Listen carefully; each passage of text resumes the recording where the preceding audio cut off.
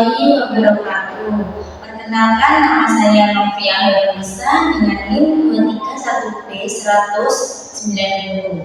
Dan nama saya Anissa Fatul Aini dengan NIM 231B116. Di sini kami akan membuat video tentang konseling kognitif yang berjudul seorang remaja yang memiliki masalah keluarga dan merasa tidak dihargai dan sering merasa bersalah, stres karena sering melihat orang tua itu bertengkar. Di sini saya sebagai konselor dan Saya sebagai konseling. selanjutnya kita simak video berikutnya. Judul, seorang remaja perempuan yang sedang mengalami masalah dengan orang tua. Konselor, Novia Horenisa. Klien, Anissa Kurotul ini.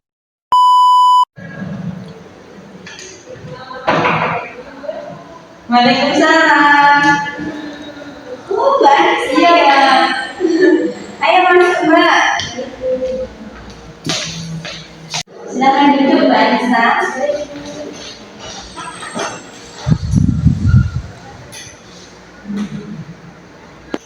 Mbak Anissa kabarnya gimana sekarang? Sekarang kesibukannya Mbak Anissa itu apa? Kerja atau kuliah? Saya kuliah. Oh kuliah, ya kuliah di mana Mbak? Di Unika. Baik, sebelumnya Mbak Anissa itu pernah sesi konseling apa enggak sebelumnya? Belum pernah. Baik ya. Kalau pernah saya akan menjelaskan terlebih dahulu konseling itu apa, itu ya. Apakah Mbak Anissa itu sebelumnya pernah melakukan sesi konseling? Belum pernah. Baik, saya akan menjelaskan ya. Konseling adalah proses bantuan yang dilakukan antara konselor dan klien atau Anda untuk membantu masalah yang dihadapi sekarang. Di sini ya Mbak Anissa, di konseling ini ada asas-asas yang penting.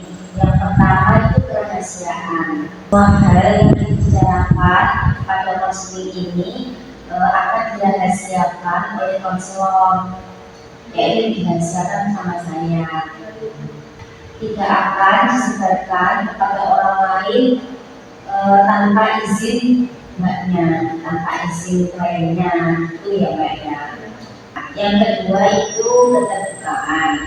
Keterbukaan itu klien harus jujur kepada konselornya, mbaknya itu harus jujur kepada saya dalam menghadapi masalah apa saja.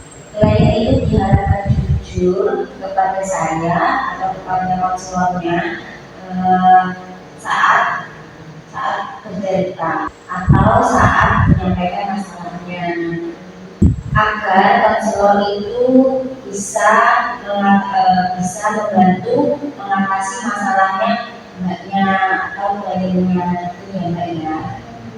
Terima kasih ya Mbak Anissa sudah datang di sesi ini. Sebelumnya Mbak Anissa itu punya masalah apa ya? Saya itu masalah tentang keluarga saya.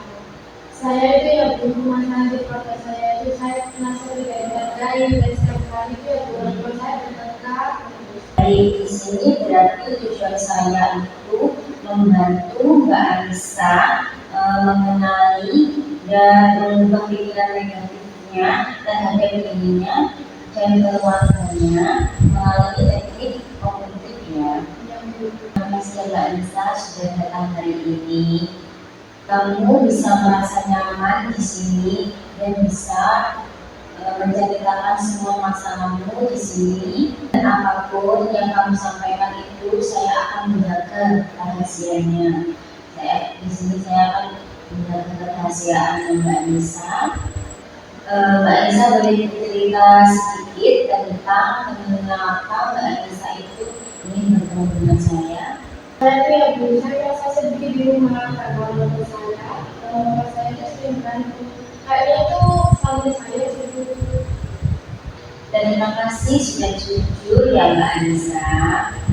Saya bisa merasakan kamu menghadapi situasi yang sangat berat ini. Boleh cerita lebih lanjut tentang masalahmu yang kamu hadapi ini secara lebih banyak lebih banyak lagi? Boleh Bu.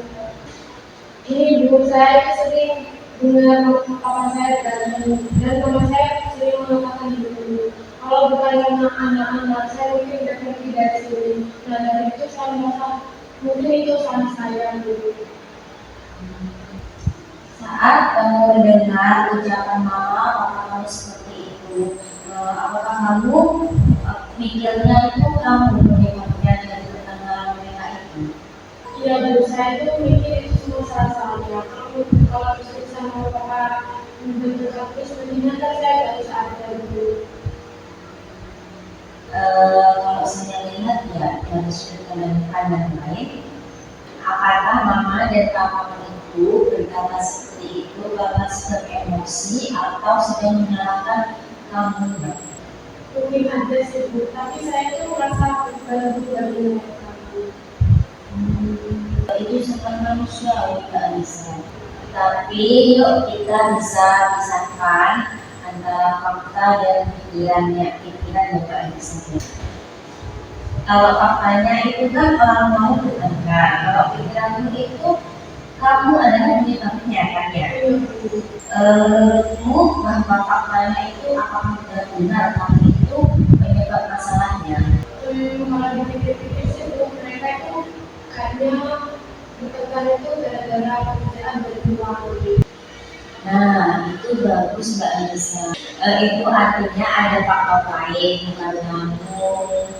Baik, sekarang coba kita ubah pikiran kamu dari pikiran negatif ke pikiran realistis.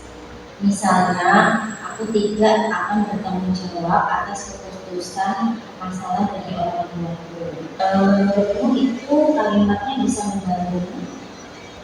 Kayaknya bisa Bu, agak lega aja Bu benar-benar. Kita itu harus mengenali pikiran-pikiran yang menyakiti diri, lalu menggantikannya dengan pikiran yang lebih sehat. Kita sebut ini sebagai melatih pikiran yang sehat. Kamu tertarik dengan itu? Tertarik Bu. Sebelum kita mengakhiri sesi ini, apa yang kamu pelajari dari obrolan kita hari ini? Ternyata yang ada di pikiranku itu ya Bu, tidak semuanya benar. Ternyata itu aku harus bisa bedain mana fakta sama. Kamu hebat sekali Mbak Anissa. Untuk minggu depan coba bisa tuliskan untuk pikiran yang negatif. Coba tuliskan jika ada pikiran negatif yang muncul, bagaimana kamu menghadapinya. Ya, itu akan membantu latihan kita. Sampai jumpa minggu depan ya Mbak Anissa. Terima kasih ya Bu. Ya Mbak Anissa, sama-sama. Apakah Mbak Anissa sekarang pikirannya sudah nyaman? Sudah Bu, agak mulai lega Bu. Alhamdulillah Pak sudah menyenangkan. Terima kasih Bu, saya senang bisa cerita untuk kali ini. Pikirannya Mbak Anissa sekarang sudah lega dari sebelumnya? Sudah Bu, sudah lega. Alhamdulillah Pak sudah lega. Terima kasih ya Mbak Anissa. Sama-sama Bu. Percaya saya di sesi konseling ini. Sama-sama Bu. Kalau sudah bagus semua, saya menutup konseling hari ini. Bisa dilanjut konseling besoknya lagi ya Mbak Anissa. Kalau ada masalah sesi konseling bisa seminggu lagi ya bisa. Baik, terima kasih ya Mbak Anissa. Bu sudah membantu saya pamit dulu ya Bu. Iya Mbak Anissa. Nanti saya antar Mbak Anissa.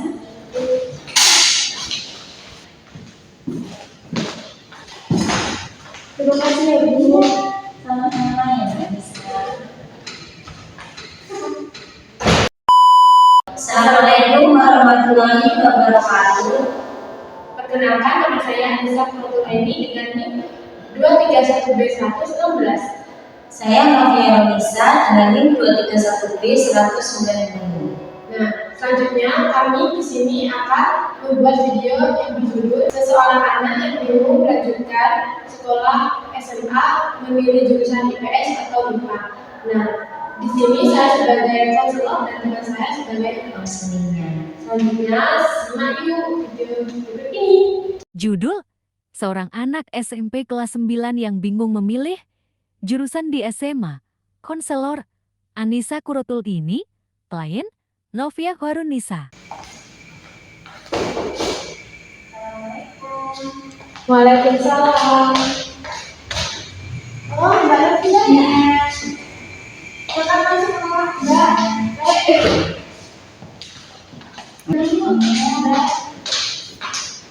Masih ya, Bu? Bersama, Mbak.